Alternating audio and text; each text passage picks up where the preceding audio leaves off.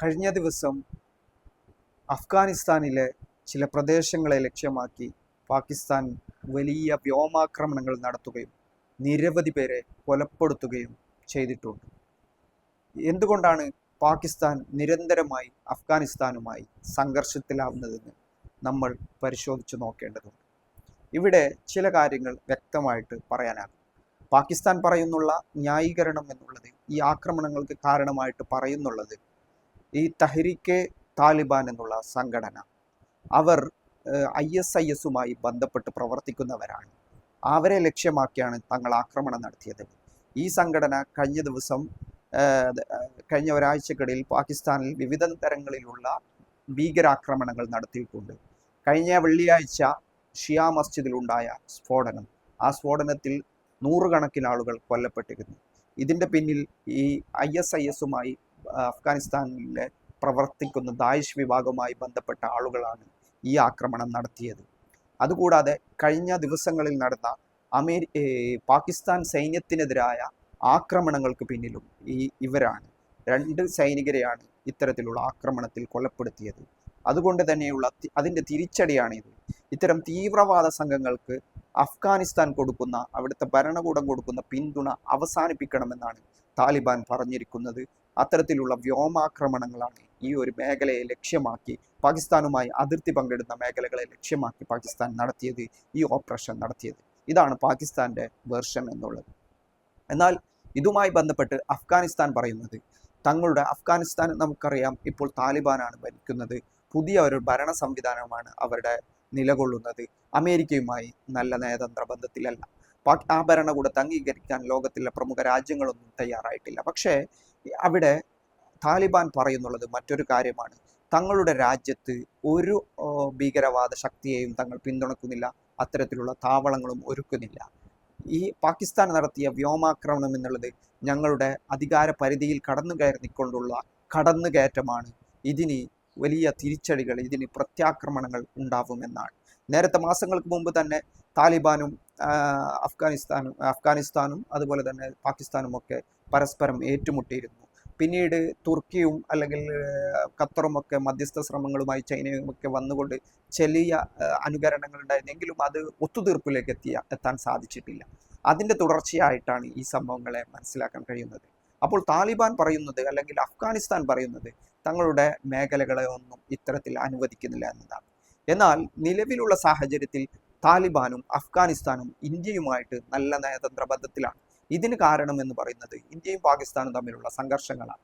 ഇന്ത്യയും പാകിസ്ഥാനും ഒരു ഭാഗത്ത് പ്രശ്നങ്ങൾ ഉണ്ടാകുമ്പോൾ പാകിസ്ഥാനും താലിബാനും അല്ലെങ്കിൽ അഫ്ഗാനിസ്ഥാനും മറ്റൊരു ഭാഗത്ത് പ്രശ്നങ്ങളുണ്ട്. അപ്പോൾ ഈ 2 പ്രശ്നങ്ങൾക്കിടയിൽ ഈ 2 രാജ്യങ്ങളും തമ്മിലുള്ള ബന്ധങ്ങൾക്കും ഇത് കാരണമാകുന്നുണ്ട്. പാകിസ്ഥാനുമായിട്ട് ഒരു രീതിയിലും സഹകരിക്കാത്ത ഇന്ത്യ താലിബാൻ ഭരിക്കുന്നത് കൊണ്ട് പോലും അഫ്ഗാനിസ്ഥാനുമായിട്ട് നയതന്ത്ര ബന്ധത്തിലാവുന്നു. അഫ്ഗാൻ നയതന്ത്ര പ്രതിനിധിയെ ഡൽഹിയിൽ വിളിച്ചു വരുത്തുന്നു. അഫ്ഗാൻ എംബസിയിൽ അവരുടെ അംബാസിഡർ പ്രവർത്തനം ആരംഭിക്കുന്നു. അഥവാ അഫ്ഗാനിലെ നിലവിലുള്ള ഭരണകൂടത്തെ ഇന്ത്യ ഔദ്യോഗികമായിട്ട് അംഗീകരിക്കുന്നു. എന്നാൽ മറുഭാഗത്ത് പാകിസ്ഥാൻ ഇതിനൊന്നും തയ്യാറല്ല. എങ്കിലും പാകിസ്ഥാൻ ഇപ്പോൾ നടത്തിയിട്ടുള്ള ഈ ആക്രമണം എന്നുള്ളത് അമേരിക്കയുടെ തീരുമാനത്തിന് ഭാഗമായിട്ടാണോ എന്നാണ് ലോകം സംശയിക്കുന്നത്. ലോകത്തിലെ വിവിധ ജേർണലിസ്റ്റുകൾ അത്തരത്തിലുള്ള സംശയം പ്രകടിപ്പിക്കുന്നുണ്ട്. എന്തുകൊണ്ടാണ് അങ്ങനെ എന്ന് ചോദിച്ചാൽ, നിലവിലുള്ള അഫ്ഗാനിസ്ഥാൻ ഭരണകൂടം എന്നുള്ളത് അമേരിക്കൻ വിരുദ്ധരാണ്. അമേരിക്ക അവിടെ ഡൊണാൾഡ് ട്രംപ് ആവശ്യപ്പെട്ടത് ഞങ്ങളുടെ സൈനിക താവളം ഞങ്ങൾക്ക് വിട്ടുതരണം, ഞങ്ങൾക്ക് അവിടെ സൈനിക താവളങ്ങൾ അനുവദിക്കണമെന്നാണ്. പക്ഷേ ഇത് ചെവികൊള്ളാൻ അഫ്ഗാനിസ്ഥാൻ തയ്യാറായിട്ടില്ല, അംഗീകരിക്കാൻ തയ്യാറായിട്ടില്ല. എന്നാൽ പാകിസ്ഥാൻ്റെ മിലിറ്ററി തലവൻ ഹസീം മുനീറിന് വലിയ സ്വീകരണമാണ് അമേരിക്ക കൊടുത്തത്. ട്രംപിൻ്റെ വക അദ്ദേഹത്തിന് സമ്മാനം കൊടുത്തു. ട്രംപിൻ്റെ വസതിയിൽ തന്നെ അദ്ദേഹത്തെ വിളിച്ചു വരുത്തി വിരുന്നു സൽക്കാരമൊക്കെ കൊടുത്തു. അമേരിക്കയുടെ കമാൻഡിന് പുറത്ത് പ്രവർത്തിക്കാൻ കഴിയുന്ന ഒരു വിഭാഗമായിട്ട്, അല്ലെങ്കിൽ അമേരിക്ക പറയുന്നിടത്ത് നിൽക്കുന്ന ഒരു രാജ്യമായിട്ട് പാകിസ്ഥാൻ നിലവിൽ മാറിയിട്ടുണ്ട് എന്നുള്ളത് ഒരു യാഥാർത്ഥ്യമാണ്. നേരത്തെ തന്നെ അങ്ങനെയായിരുന്നു. പക്ഷേ നേരത്തെ കുറച്ചും കൂടി ഇതിലൊരു അത് വിരുദ്ധമായ നിലപാടുകൾ പലപ്പോഴും ഉണ്ടാകാൻ കഴിയും. പക്ഷേ നിലവിലുള്ള പാകിസ്ഥാന് സൈനിക തലവൻ അസീം മുനീർ എന്നുള്ളത് അമേരിക്കയുടെ അധീനതയിൽ പ്രവർത്തിക്കുന്ന, അമേരിക്കൻ താല്പര്യങ്ങൾക്കനുസരിച്ച് പ്രവർത്തിക്കുന്ന ഒരു സൈനിക മേധാവിയാണ്. ഇതാണ് അഫ്ഗാനിസ്ഥാനെ ആക്രമിക്കാൻ കാരണമായിട്ട് പറയുന്നത്.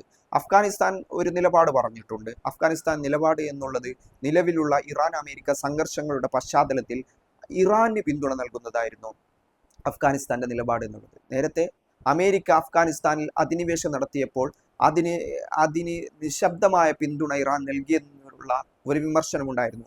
ആ രീതിയിൽ ഈ ഒരു അവരുടെ അതിർത്തി പങ്കിടുന്ന മേഖലകളിലൊക്കെ ഇറാനും അഫ്ഗാനിസ്ഥാനും വലിയ പ്രശ്നങ്ങൾ നിലവിലുണ്ട്. പക്ഷേ നിലവിലുള്ള ലോക സാഹചര്യത്തിൽ അമേരിക്ക ഏത് നിമിഷവും ഇറാനെ ആക്രമിക്കുമെന്നുള്ള ആ ഒരു സാഹചര്യം മുൻനിർത്തി താലിബാനും അഫ്ഗാനിസ്ഥാനും ഇറാനെ പിന്തുണക്കാൻ തയ്യാറായിട്ടുണ്ട്. അഫ്ഗാൻ ഭരണകൂടത്തെ ഔദ്യോഗികമായി അംഗീകരിക്കാൻ ഇറാനും തയ്യാറായിട്ടുണ്ട്. ഇതിൻ്റെ മറ്റൊരു വശമാണ്. ഇങ്ങനെ വ്യത്യസ്തങ്ങളായ സാഹചര്യങ്ങൾ നിലനിൽക്കുമ്പോഴാണ് പാകിസ്ഥാൻ ഇത്തരത്തിലുള്ള ആക്രമണം നടത്തുന്നത്. ഈ ആക്രമണത്തിന്റെ ഉദ്ദേശമായിട്ട് പലതരത്തിലുള്ള വിലയിരുത്തലുകൾ പുറത്തു വരുന്നുണ്ട്. ആ വിലയിരുത്തലുകൾ എന്നുള്ളത് ഇത് അമേരിക്കൻ താല്പര്യപ്രകാരമാണ്. ഇതൊരു ടെസ്റ്റ് ഡോസാണ് പാകിസ്ഥാനെ ഉപയോഗപ്പെടുത്തി അമേരിക്ക നൽകിയിരിക്കുന്നത്. ഇനി ഇത്തരത്തിലുള്ള നിലപാടുകളിലേക്ക് വന്നാൽ അത് അഫ്ഗാനിസ്ഥാൻ കൂടുതൽ ലക്ഷ്യം ആക്കി പാകിസ്ഥാന്റെ നേതൃത്വത്തിൽ കൂടുതൽ ആക്രമണം നടക്കുമെന്നാണ് ഇത് ചൂണ്ടിക്കാണിക്കപ്പെടുന്നത്, അല്ലെങ്കിൽ അത്തരത്തിലുള്ള സൂചനകൾ നൽകപ്പെടുന്നത്. പക്ഷേ ഇവിടെ ദായിഷും ISIS-ഉമാണ് ലക്ഷ്യം വെച്ചതെന്നാണ് പാകിസ്ഥാൻ പറയുന്നത്. പാകിസ്ഥാനിൽ കാലങ്ങളായിട്ട് തീവ്രവാദ പ്രവർത്തനങ്ങളും അല്ലെങ്കിൽ ആക്രമണ പ്രവർത്തനങ്ങളും തുടർച്ചയായി നടക്കുന്ന ഒരു രാജ്യമാണ്. അവിടെ ഷിയ മസ്ജിദിൽ സ്ഫോടനങ്ങൾ നടത്തുന്നു, മറ്റുള്ള മസ്ജിദുകൾ കേന്ദ്രീകരിച്ച്, മാർക്കറ്റുകൾ കേന്ദ്രീകരിച്ച് വിവിധയിടങ്ങളിൽ ഇത്തരത്തിലുള്ള തീവ്രവാദത്തിൻ്റെ എല്ലാവിധ പ്രവർത്തനങ്ങളും അതിൻ്റെ ഇരയായിട്ടും പാകിസ്ഥാനിലെ ജനങ്ങൾ മാറിയിട്ടുണ്ട്. ഇതാണ് പാകിസ്ഥാൻ്റെ അവസ്ഥ എന്നുള്ളത്. അഫ്ഗാനിസ്ഥാനെ സംബന്ധിച്ചിടത്തോളം അവർ ഒരു പുതിയ ഭരണകൂടം അവിടെ നിലവിൽ വരുന്നു. ലോകത്തിലുള്ള മിക്കവാറും രാജ്യങ്ങളുമായി, അയൽ രാജ്യങ്ങളുമായും അല്ലെങ്കിൽ ഇന്ത്യയുമായും ചൈനയുമായും മറ്റുള്ള തുർക്കിയുമായി പല രാജ്യങ്ങളുമായിട്ട് നല്ല നയതന്ത്ര ബന്ധത്തിൽ ഏർപ്പെടുന്നു. പുതിയ ഡിപ്ലോമാസി അവർ സ്വീകരിക്കുന്നു. പുതിയ അപ്ഡേഷൻ അനുസരിച്ച് അവർ കാര്യങ്ങളെ തയ്യാറാക്കുന്നു. അവരുടെ മിലിറ്ററി സംവിധാനത്തെ കൂടുതൽ പരിശീലനങ്ങൾ നൽകി സൈനികവൽക്കരിക്കുന്നു. നേരത്തെ ഉണ്ടായ ഒരു പഷ്തൂൺ അല്ലെങ്കിൽ പരമ്പരാഗതമായ ശൈലിയിൽ നിന്നും മാറിയിട്ട് പുതിയ കാലത്തെ അപ്ഡേറ്റ് ചെയ്തുകൊണ്ടുള്ള പ്രവർത്തനങ്ങൾ അഫ്ഗാനിസ്ഥാൻ നടത്തുന്നു.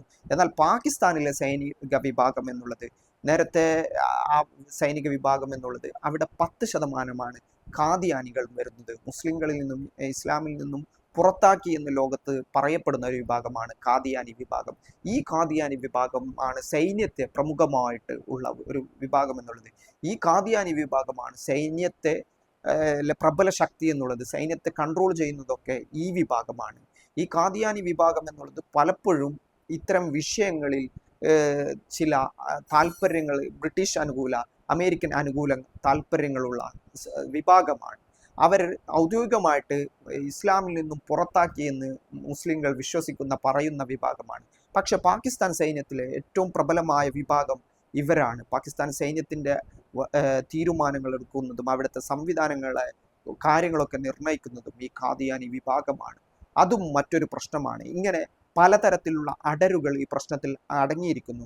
ഏതായാലും അഫ്ഗാനിസ്ഥാന് നേരെയുണ്ടായ പാകിസ്ഥാന്റെ പരിധി ലംഘിച്ചിട്ടുള്ള വ്യോമാക്രമണത്തെ തള്ളിപ്പറഞ്ഞുകൊണ്ട് അഫ്ഗാനിസ്ഥാൻ രംഗത്ത് വരികയും മറ്റൊരു വിഷയത്തിൽ ഇറാന് പിന്തുണ നൽകുകയും ചെയ്യുന്ന ഒരു ഭരണകൂടമാണ് അഫ്ഗാനിസ്ഥാനെ സംബന്ധിച്ചിടത്തോളം നിലവിലുള്ളത്. ഇന്ത്യയുമായിട്ട് നല്ല ബന്ധത്തിൽ അഫ്ഗാനിസ്ഥാൻ ഉണ്ട് എന്നുള്ളത് മറ്റൊരു യാഥാർത്ഥ്യമാണ്. ഇന്ത്യയെ സംബന്ധിച്ചിടത്തോളം പാകിസ്ഥാനുമായിട്ടുള്ള ഒരു സംഘർഷങ്ങൾ നടക്കുന്ന ഒരു രാജ്യത്തെ തങ്ങളുടെ കൂടെ നിർത്തുക എന്ന നയത്തിന്റെ ഭാഗമായിട്ടാണ് അഫ്ഗാനിസ്ഥാനും താലിബാനെയും അംഗീകരിക്കേണ്ടി വരുന്നതും എന്നുള്ളതും മറ്റൊരു യാഥാർത്ഥ്യമാണ്.